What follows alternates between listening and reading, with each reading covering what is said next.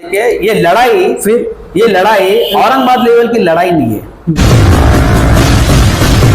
अगर हम ईमान को कोई सवाल करें तो ईमान के लोग कहते हैं कि भाई आप कांग्रेस, बीजेपी, शिवसेना के, राष्ट्रवादी के हैं। अगर हम आपसे सवाल करें तो ये कहते हैं कि भाई आप ईमान के, हमको इसके कोई फर्क नहीं पड़ता। आप तो ये 10 सालों के अंदर इम्तियाज जलील एक लाइब्रेरी बनाने के सुनिए 10 सालों में इम्तियाज जलील साहब बड़ा अच्छा लाइब्रेरी बनाने में नाकाम रहे। बताऊं अफसर खान है, मैं आपको बताऊं समदीमा मुमरे, मैं आपको बताऊं इम्तियाज जलील के बारे में मैं आपको बताऊं अपक्ष उम्मीदवार तो 37 उम्मीदवार है। ईदगाह के अंदर चंद्रकांत जी एक आम जनता से लोगों से मिले, इसके अलावा उनका डोर टू डोर रहेगा, जैसा परसों दिन उस्मानपुरे के अंदर भी उन्होंने डोर टू डोर किया है। तो ये कांग्रेस, ये जो इंडिया अलायंस के कैंडिडेट है, ये हर जगह जाएंगे, अपनी बात रखेंगे और अपने लिए वोट मांगेंगे। आप लोग देख रहे हैं औरंगाबाद अपडेट्स, मैं हूं अल्ताफ हुसैन। जिस तरीके का लोकसभा का इलेक्शन है, हर पार्टी अपना उम्मीदवार मैदान में उतार चुकी है, उसी के चलते औरंगाबाद शहर में काफी जो है टफ लड़ाई देखने को मिल रही है। आने वाली 13 मई को इलेक्शन होना है, रिजल्ट 4 जून को लगना है, किसकी सरकार बनेगी, कौन औरंगाबाद का खासदार होगा। उसी के चलते कांग्रेस पार्टी के प्रवक्ता मेरे साथ मौजूद है, मसरूर सोहेल खान मेरे साथ है। इनसे हम कई मुद्दों पर बात करने की कोशिश करेंगे, किस तरीके का समीकरण बनाया जा रहा है। इंडिया अलायंस की तरफ से चंद्रकांत जी खैरे को टिकट दिया गया है, अब इनसे बात करने की कोशिश करेंगे। सर वेलकम आपका औरंगाबाद अपडेट्स में। किस तरीके का कांग्रेस पार्टी समीकरण बना रही है आपकी तरफ से, जो है तीनों पार्टियों को मिलाकर जो है चंद्रकांत जी खैरे को टिकट छोड़ा गया है इस बार शिवसेना को, किस तरीके का समीकरण बना रहे हैं? जी, सबसे पहले तो आपके चैनल के माध्यम से कल जो औरंगाबाद शहर के अंदर जो दुर्घटना घटी है, जफर मर्चेंट साहब के घर पे जो हमला हुआ है, 2024 लोकतंत्र का सबसे बड़ा फेस्टिवल होने जा रहा है, लोकसभा चुनाव होने जा रहा है। और इस चुनाव के चलते अगर जिस तरह बाबा साहब अम्बेडकर के संविधान ने उम्मीदवारों को ये हक दिया है कि वो अपनी उम्मीदवारी लड़ सकते हैं, उसी तरह बाबा साहब अम्बेडकर ने भी मतदाताओं को अपने किसी पसंदीदा चुनाव जिसको वोट देना है, किसी का काम करना है, ये भी अधिकार दिया है। तो ये जो उनके घर पे हमला हुआ है, मैं कांग्रेस पार्टी की तरफ से इसका निषेध करता हूं। और इसके बाद हम आगे बढ़ते हैं। जैसा कि आपने कहा कि औरंगाबाद का समीकरण कैसा रहेगा, कुछ दिन पहले मैं आपके चैनल के माध्यम से मैंने देखा कि आरिफ नसीम साहब की नाराजगी के ऊपर बहुत सारे सवाल कमेंट्स आए और यहाँ के माजी खासदार ने जो अपना फिक्र बताई है आरिफ नसीम साहब को लेके कि ये इनको टिकट नहीं दिया गया है करके। अगर कभी आपने इसमें विस्तार से अगर देखा जाएंगे तो पिछले कई दिनों पहले मेंबर ऑफ राज्यसभा यहाँ से जो इमरान प्रतापगढ़ी को दिया गया है। अगर आप देखें चंद्रकांत हंडोरे साहब को मेंबर ऑफ पार्लियामेंट राज्यसभा दिया गया है, वजाद मिर्जा को एमएलसी दी गई है, राजेश राठौड़ को जो है तो यहाँ से एमएलसी दी गई है। तो कांग्रेस पार्टी सारे समाजों को लेकर चलने का काम करती है, सबको न्याय देने का काम करती है। ये इनकी तरह जैसा खासदार साहब की तरह जो माजी खासदार साहब, इनकी तरह ढोंग नहीं करते सेकुलरिज्म का कि हम आपको हिस्सेदारी नहीं देंगे, हिस्सेदारी देंगे करके उनको हिस्सेदारी नहीं देते। जैसा आपने देखा होगा कि ये बोलते दलित समाज के 1.5 लाख वोटों से मुझे मदद मिली और मैं चुन के आया हूं, लेकिन इन्होंने दलित समाज के लोगों को हिस्सेदारी नहीं दी है। तो सेकुलरिज्म का ये नाटक करते हैं, या ऐसा कांग्रेस पार्टी नहीं करती है। ये हमारे घर का मसला है, कांग्रेस पार्टी के नाराजगी और मनाना उठना मनाना चलता रहता है। उसके अंदर आरिफ नसीम साहब से बातचीत हुई है, वो उस चीज को लेके वो मान गए हैं। अच्छा, तो जैसे हिस्सेदारी की बात हो रही है जी, क्या हिस्सेदारी देना चाहिए, क्या हिस्सेदारी की बात कर रहे हैं आप? जैसे लोकसभा इलेक्शन के अंदर जैसे कि दलित समाज ने बढ़ चढ़ के इम्तियाज जलील साहब को मतदान किया था, लेकिन जैसी असेंबली की बात है उन्होंने एक भी सीट मध्य की जहां जाके सीट मांग रहे थे वहां की किसी सीट के अंदर उनको हिस्सेदारी नहीं दी है। इसका मतलब यह है कि वो सिर्फ इस्तेमाल करते हैं। अच्छा, और दूसरी बात, पश्चिम के उम्मीदवार अरुण बोड़े थे जी, उनके 2000 वंचित बहुजन पार्टी के उम्मीदवार नहीं थे ना साहब। तो वंचित बहुजन की बात नहीं, आप इमाम की बात कर रहे हैं ना? मैं वंचित बहुजन ने जिन्होंने उनको मदद किया था, प्रकाश अंबेडकर जी, तो गठबंधन उस वक्त टूट गया था। नहीं, टूटने की वजह ही हो रहा है ना, पूरे साथ हमने देखा। उसके बाद एक और मैंने देखा कि जैसे कि उन्होंने उसके अंदर बयान के अंदर कहा कि एक हर जगह बोलते हैं कि मैं पढ़ा लिखा एमपी में पढ़ा लिखा खासदार हूँ, जैसे उन्होंने उसके अंदर बयान इस्तेमाल किया है कि कांग्रेस के और राष्ट्रवादी के सेकुलर पार्टी के लोग तलवे चाटते हैं, दलाल है, और इस तरह की एक पढ़े लिखे खासदार के अंदर तो मैं ये ऐसी क्वालिटी में मुझे तो नहीं लगता कहीं पर है। अगर दलाली की बात करते हैं तो अगर आप देखें दलाली बीजेपी की वो करते हैं, जहां जहां बीजेपी की सीटें खड़ी हुई है वहां वहां ये लोग कैंडिडेट डाल रहे हैं। जबकि नगर से कुछ लोग, परसों के दिन कुछ लोग आए तो उन्होंने इनको रिक्वेस्ट किया यहाँ पे सीटें मत लड़ाओ करके, यहाँ जो है तो नीलेश लंकेश चुनकर आ रहे हैं। आप देखेंगे अमरावती से खुद एमआईएम के लोगों ने इनको रिक्वेस्ट किया है कि साहब यहाँ पे आके माहौल मत खराब करो, यहाँ महाविकास आघाड़ी का इंडिया अलायंस का सरकार कैंडिडेट अच्छे उस पर चढ़ रहा है, इसको आप मत कीजिए। इन्होंने नवनीत राणा का एक नाटक किया है कि नवनीत राणा को इन्होंने गाली दिया है, नवनीत राणा ने इनको गाली दिया है, और वहां पे जाके नवनीत राणा को इन्होंने सपोर्ट किया है। तो बीजेपी की दलाली ये करते हैं साहब, कांग्रेस नहीं करती। अगर इनको आरिफ नसीम साहब की इतनी फिक्र थी, जब आरिफ नसीम खान को जब टिकट दिया गया पार्टी से, उनके खिलाफ एक कैंडिडेट डाल के चंद वोटों से इनको हरा दिया जाता है, जो कि महाराष्ट्र का इतना बड़ा चेहरा है, जो 30 से 35 साल से जो मुसलमानों का नेतृत्व कर रहा है। तो आप क्या चाहते हैं इस वक्त, जैसे इंडिया अलायंस के साथ में आप है, चंद्रकांत जी खैरे आपके साथ में है, तो मुस्लिम समाज को कैसे कन्वर्ट करेंगे आप? मुस्लिम समाज को कैसे कहेंगे कि भाई आप इनको वोट करिए या इनके साथ रहिए आप? मुस्लिम समाज, पूरे महाराष्ट्र का मुस्लिम समाज ऑलरेडी उद्धव जी ठाकरे के साथ में, महाविकास आघाड़ी के साथ में है। कोविड का जो कार्यकाल रहा, कोविड के कार्यकाल में महाविकास आघाड़ी ने किसी से ये नहीं कहा कि आप हिंदू है तो हम आपको मदद नहीं करेंगे, हम आप मुसलमान है तो आप मदद नहीं करेंगे। इन्होंने सबको एक समान लेकर इन्होंने पूरे कोविड के अंदर एक परिवार की तरह पूरे महाराष्ट्र के लोगों को लेकर चला है। तो ये पूरे महाराष्ट्र ने देखा है कि उद्धव जी ठाकरे, महाविकास आघाड़ी ने पूरे समाज को एक साथ लेकर चला, और वो जो उस टाइम का जो मुश्किल घड़ी थी, उस घड़ी में उनके परिवार के साथ में रहे। अभी यहाँ से औरंगाबाद से अगर हम देखते हैं, संदीप भुमरे बड़ा स्ट्रॉन्ग चेहरा है, क्योंकि शिंदे गठ हो या बीजेपी हो, उनकी तरफ से एक बड़ा चेहरा देखने को मिल रहा है। तो कैसे अभी आप, चलिए आपने जितनी बातें की एसडी इम्तियाज जलील को लेकर की, उसके अलावा सामने की पार्टी से अगर देखा, संदीप भुमरे यहाँ पर है, बड़ा चेहरा है, ग्रामीण में उनकी बड़ी हवा मुझे लगभग नजर आ रही है कहीं ना कहीं। तो इस हवा को कैसे टर्न करेंगे आप?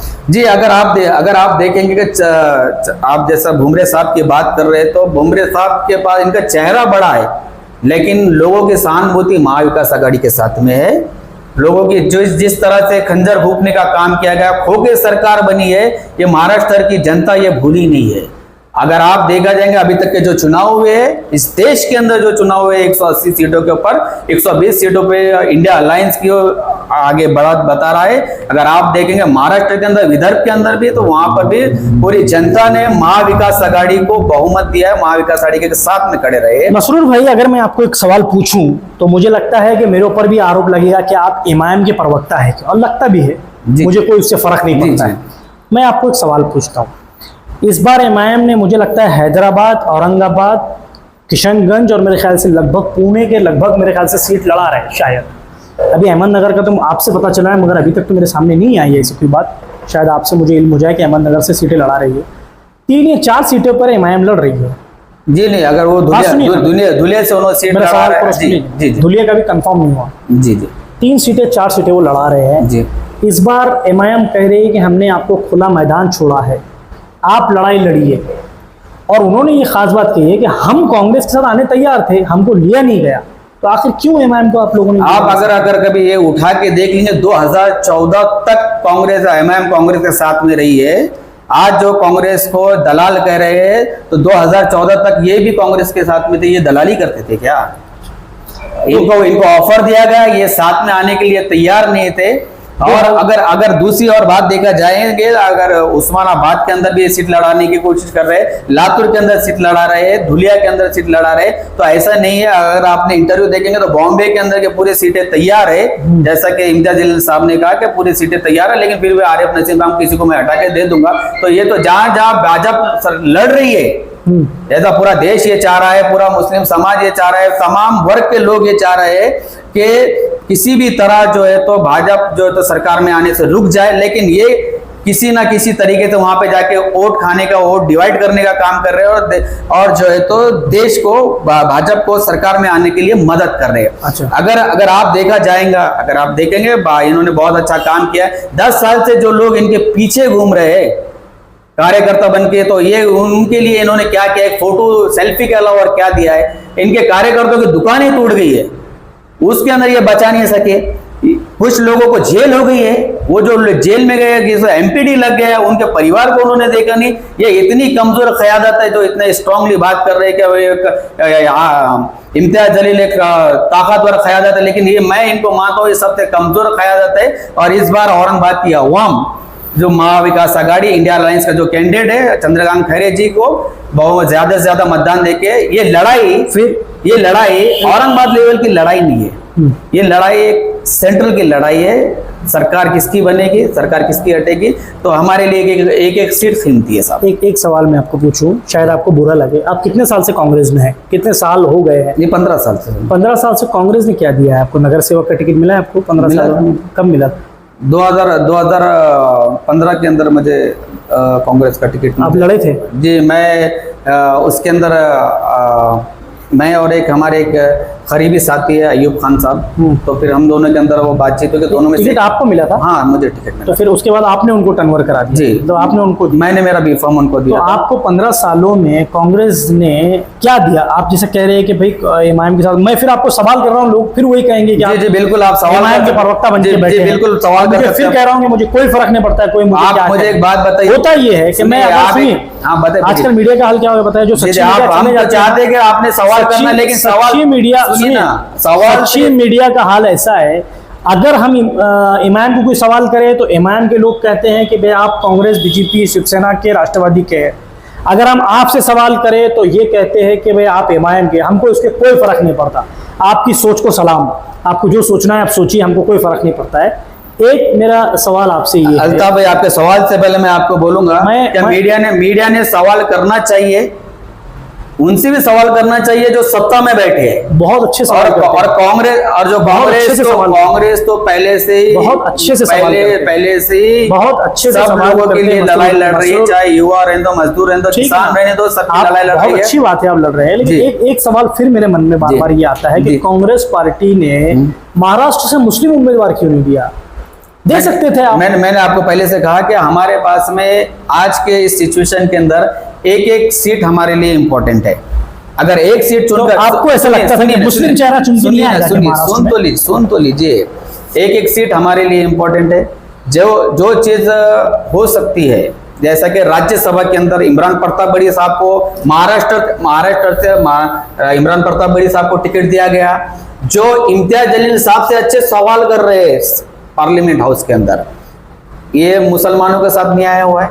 अगर आप देखेंगे तो चंद्रकांत हंडोरे जी, इनको दलित समाज से, मैं ये सवाल कर रहा हूं, मैं आपको ये सवाल कर रहा हूं कि महाराष्ट्र में लोकसभा में मुस्लिम उम्मीदवार क्यों नहीं दिया गया? सुन लीजिए ना, आप मुझे ये मत बताइए कि राज्यसभा में क्या है। नहीं, आप लोकसभा की बात कर रहा हूं। यहाँ पर एक वोट हमारे लिए कीमती है, जहाँ से तो आपको ऐसा लगता है कि जहाँ से जो सीट चुन के आ सकती है। ऐसा नहीं है कि पूरी महाराष्ट्र में कोई एक भी जगह ऐसी नहीं जहाँ मुसलमानों को सीट नहीं दी जा सकती। जहाँ से जो सीट चुनकर आ सकती थी, कांग्रेस ने और महाविकास आघाड़ी ने उसको टिकट दिया। असेंबली के इलेक्शन हो गए, जहाँ पे जो नहीं, अभी इस बार महाराष्ट्र से कहाँ दिया है? मैं बता रहा हूँ, राज्यसभा दिए ना, राज्यसभा की बात नहीं चल रही। राज्यसभा दिए, एमएलसी दिए है, सारी मैं राज्यसभा की बात कर रहा हूँ। अगर ये तो नहीं हो सकता, सुनिए, लोकसभा में आप महाराष्ट्र में क्यों नहीं दिया? ये तो चीज नहीं हो सकती कि आप जो बोले ये दिया तो ये क्यों दिया, ये नहीं दिया तो क्यों नहीं दिया। ये राज्यसभा में आपको बताने के लिए तो चेहरा देना ही पड़ेगा। बताने के लिए नहीं, नेतृत्व करने के लिए, मुसलमानों के सवाल उठाने के लिए भेजा गया है। अच्छा, चेहरा दिखाने के लिए नहीं भेजा गया है साहब। अच्छा, दलित समाज को दिया गया है,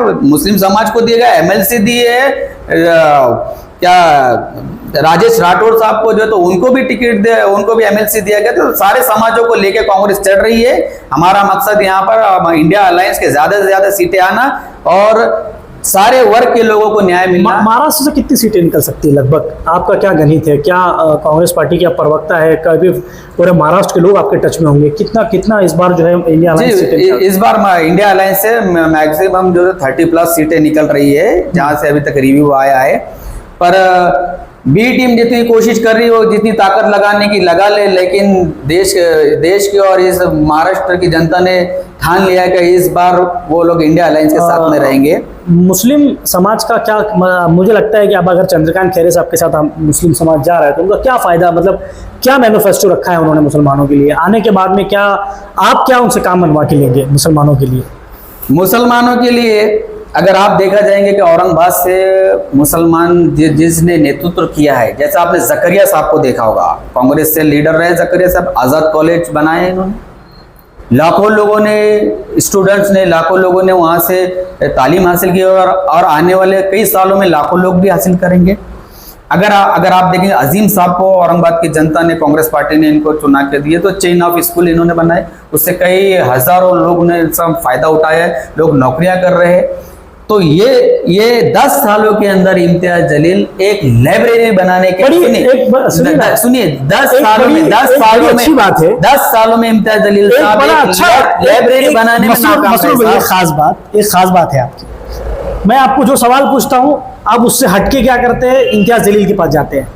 अभी मैंने आपको पूछा है मुसलमानों के लिए खासदार साहब के, जैसे कि आप खासदार जो आपके उम्मीदवार हैं उनके पास में आपने क्या मैनिफेस्टो रखा, तो आप कह रहे हैं कि जकरिया साहब ने ये बनाया, सुनिए इन्होंने लाइब्रेरी बनाई और 10 सालों की इनकी जो नाकाम रही। मैं सवाल क्या पूछ रहा हूँ, कांग्रेस पार्टी ने मुसलमानों के लिए, माइनॉरिटी के लिए ऑलरेडी बहुत सारी स्कीमें बनाई है। मसरूर साहब मेरे सवाल समझिए, मेरी बात आने तो दीजिए, बात भी नहीं आ रही।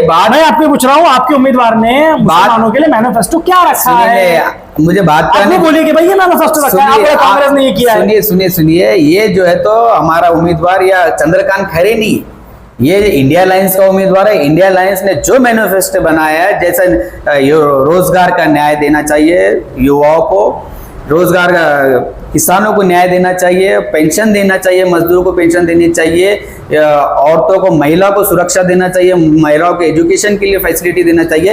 ये सारी चीजों के अंदर औरंगाबाद का मुसलमान आ जाता है साहब। अगर आप राशन की दुकान पे जाएंगे तो ये नहीं पूछते कि आप मुस्लिम है तो हम आपको राशन कम देंगे, मुस्लिम कब तक लोगों को राशन पानी पे रखोगे? जॉब ये मूल्य सुविधा है, जॉब गारंटी, गवर्नमेंट जॉब का मुसलमान गारंटी, आखिर कब तक मुसलमान के बच्चे 200-300 की जगह काम करेंगे? सारी इसके लिए क्या रखा है आपने, वो बताइए, मैनिफेस्टो दिखाइए हमको। आप देखिए मैनिफेस्टो क्या रखा है। मैनिफेस्टो के अंदर लगभग 40 लाख रोजगार की योजना है मैनिफेस्टो में, न्याय बताइए।